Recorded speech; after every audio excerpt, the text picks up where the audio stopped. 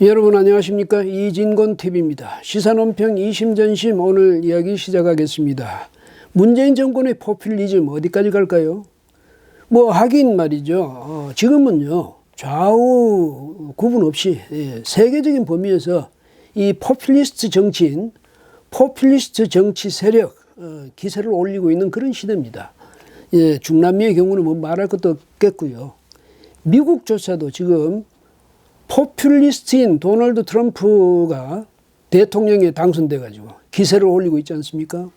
서유럽도 지금 이 포퓰리즘 정치가 확산 일로에 있다고 합니다.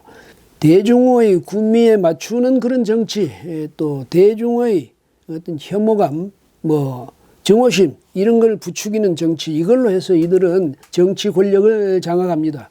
그리고 이제 집권 후에도 계속 대중을 선동해 가고 있죠. 지금 문재인 정부와 더불어민주당의 이 행태를 가만 보면 이게 좌파 포퓰리스트적인 그런 성향을 그대로 드러내고 있다, 이렇게 말할 수가 있겠습니다.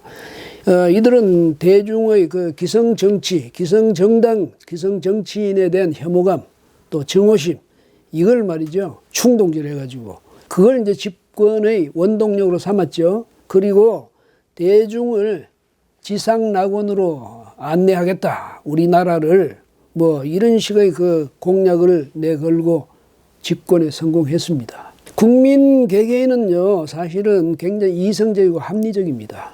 근데 대중은 다릅니다. 일단 개개인이 대중화하면 그것은 안에 그 성격이 완전히 달라지는 겁니다. 그 대중은 가능한 한 많은 걸 요구하게 되죠. 의무는 가능한 한 줄이고요. 대신에 권리는 가능한 한 확대하라는 게 이 대중의 욕심입니다. 대중의 요구고요. 또 이 처음에는요 국가 재정 사정 안에서, 그러니까 국가 재정적 역량 안에서 복지를 가능하면 많이 늘리라, 이런 주장을 하다가 나중에는요 빚을 내서라도 복지를 확대하라고 이제 요구하게 됩니다. 그렇게 압박하게 되는 거죠. 세계 곳곳에서 목격되는 좌파 포퓰리즘의 속성이 이겁니다. 그런데 더불어민주당은요, 당의 싱크탱크죠, 그 민주연구원과 함께 지금 포퓰리즘 정책 개발하느라 아주 바쁘답니다. 이제 최근에 아주 이제 국민적 관심을 끌었던 게 뭐죠? 그 모병제 아닙니까? 모병제라는 것은 지금은 이제 징병제인데, 이제 그것을 원하는 사람만 군대 가게 하는 그 모병제로 해가지고, 그렇다면 이건 국민의 그 병력 의무를 해제해 주는 거죠. 근데 이렇게 되면 군대 갈 나이가 된 젊은 사람이라든지 또 그 부모들 얼마나 반갑겠습니까? 그런데 그래서 이걸 했으면 좋겠는데, 이제까지도 그 민주당이 주도를 해가지고 그동안에 무슨 복무 기간을 단축한다든지 그렇게 해가지고 표를 많이 얻었지 않습니까? 정말 재미를 봤죠. 근데 이렇게 하려고 하니까 당장은 뭐냐면 이 안보 파탄 낼 일이 있냐, 이런 이제 비난이 많으니까 지금 좀 주춤하고 있답니다. 그렇지만 급하면 언젠가는 또 꺼내 들겠죠.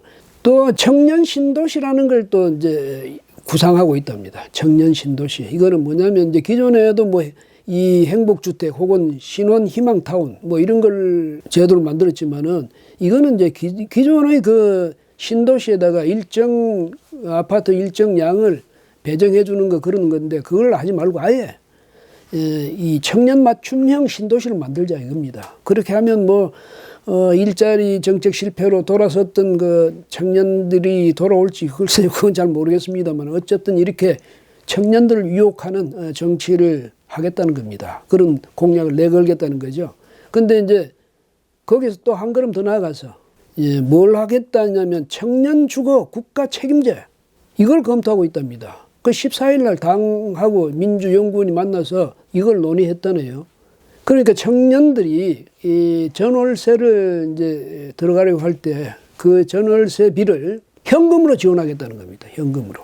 현금으로 지원하는 그런 이제 지출되는 복지 예산이요, 얼마가 되냐면 내년에는 현금으로 54조 3,017억 원이 그 현금으로 지원될 거랍니다. 그 국회 예결이나 이런 데 따르면 그렇게 계산이 된다는데, 국가가 이제 청년들의 그 전월세비까지 이 현금으로 감당해주면 그 현금 수요가 얼마나 될까요? 그럼 가늠할 수가 없죠. 이러다가는요, 이제 민주당이 이렇게 선심을 쓰기 시작하다는 앞으로 어떻게 되겠습니까?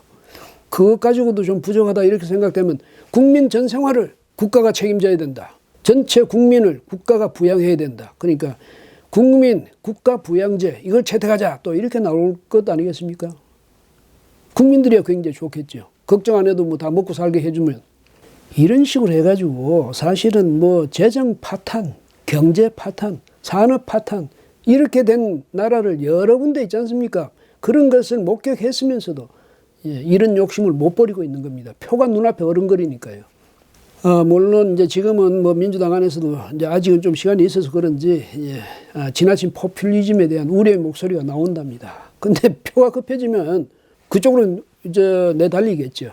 뭐 당장 표가 급하지 뭐 나라 재정이야 뭐 경제야 그 나중에 걱정해도 돼 뭐 이런 식으로 가지 않겠습니까? 그런데 일단 이렇게 퍼주기를 시작하면 이거는 이제 말 그대로 불가역적입니다. 되돌릴 수가 없어요. 그 언제 되돌려지느냐? 언제 멈출 거냐? 나라가 완전히 나라 살림이 파탄나고 난 뒤에나 그렇게 될 수 있겠죠. 그리고 이 과도한 복지 정책이요 계속 먹혀들면 그러니까 다른 말로 하자면 국민들이 계속 여기 이런 공약에 현혹되면 그 다음에 뭐가 오겠습니까? 사회주의 체제가 오는 거죠. 그 다음에 오는 것도 아니에요. 동반해서 오는 겁니다. 사회주의 국가가 되는 거죠. 이거 이제 큰일 났구나 하고 깨달을 때는 이미 발이 너무 깊숙이 빠져나오지도 못하는 겁니다. 이뿐입니까? 청와대에서 잠시라도 근무했던 사람들은요. 다 이제 내년 총선에 나오겠다고 벌써 준비에 들어갔답니다. 그런 사람이 한 40여 명 된다네요. 앞으로 더 늘어날 겁니다. 그리고 문재인 대통령으로서도 뭐 불감청위원장 고소원 그러니까 나가서 총선 나가라 뭐 이렇게 적극적으로 밀어대지는 못할지 모르지만은 근데 속으로는 은근히 반가운 일이죠. 왜?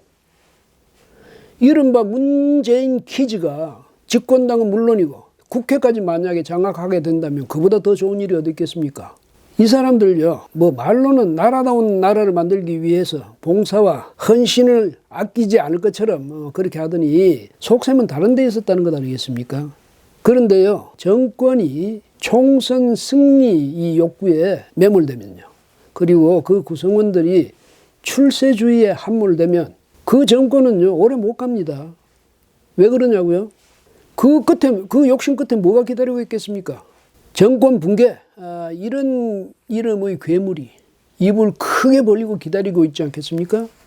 정신 차려야죠. 오늘은 여기까지 하겠습니다. 고맙습니다.